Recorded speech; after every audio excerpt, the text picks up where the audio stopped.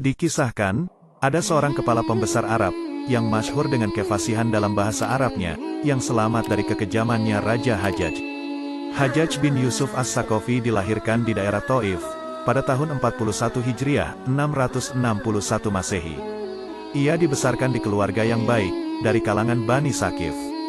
Ayahnya adalah seorang yang taat berilmu. Sebagian besar waktu sang ayah dihabiskan di kampungnya, Thaif, mengajarkan anak-anak Al-Quran. Dengan didikan sang ayah, Hajjaj pun berhasil menghafalkan Al-Quran, secara sempurna 30 juz. Ia juga adalah seorang gubernur, dan tangan kanan Khalifah Abdul Malik bin Marwan.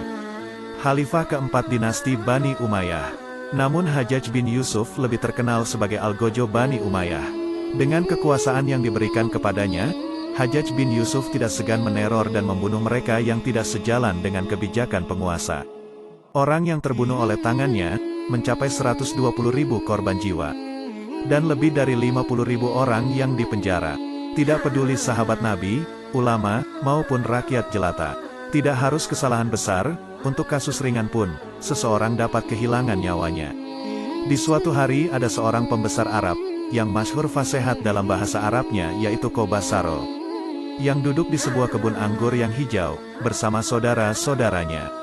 Kemudian Qobasaro itu berdoa di kebun itu, Allahumma sawit wajhahu, wa keto, unukohu, waskini min damihi, yang artinya, ya Allah semoga engkau menghitamkan wajahnya, dan memotong lehernya, dan mengalirkan darahnya kepadaku. Sehingga ucapan dari Qobasaro itu terdengar oleh salah satu anak buah Raja Hajjaj, yang mengira bahwa doa itu ditujukan kepada Raja Hajjaj, dan melaporkannya. Kemudian Raja Hajjaj memerintahkan kepada prajuritnya untuk menangkap Qobasaro, sehingga Qobasaro tertangkap dan dibawa ke kerajaannya. Raja Hajjaj pun bertanya, apakah engkau mengatakan apa yang dikatakan oleh anak buahku?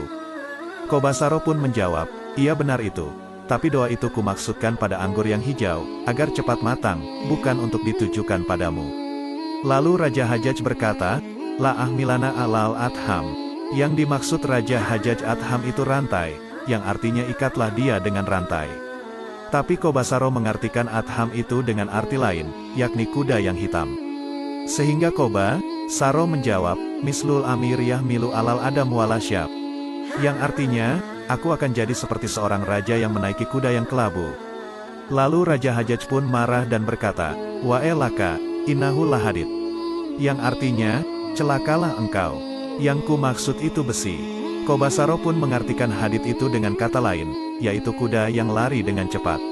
Sehingga Qobasaro pun berkata, liya yakuna hadidun koiron min ay yakuna baliidan. Yang artinya, wahai raja, ditaikan pada kuda yang larinya cepat lebih bagus, daripada yang larinya lambat.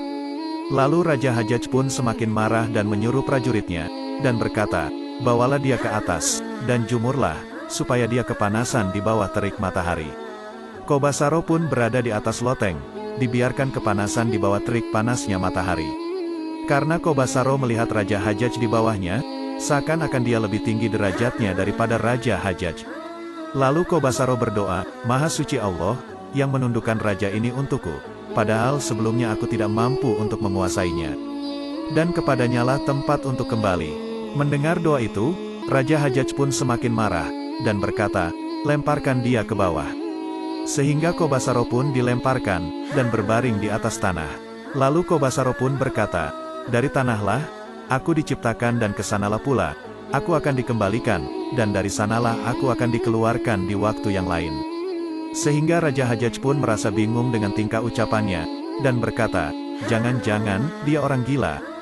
Lalu Raja Hajjaj pun menyuruh prajuritnya untuk melepaskan Qobasaro dan Qobasaro pun dilepaskan, dan selamat dari kekejaman Raja Hajjaj karena kefasihan dalam ilmu sastra bahasa Arabnya.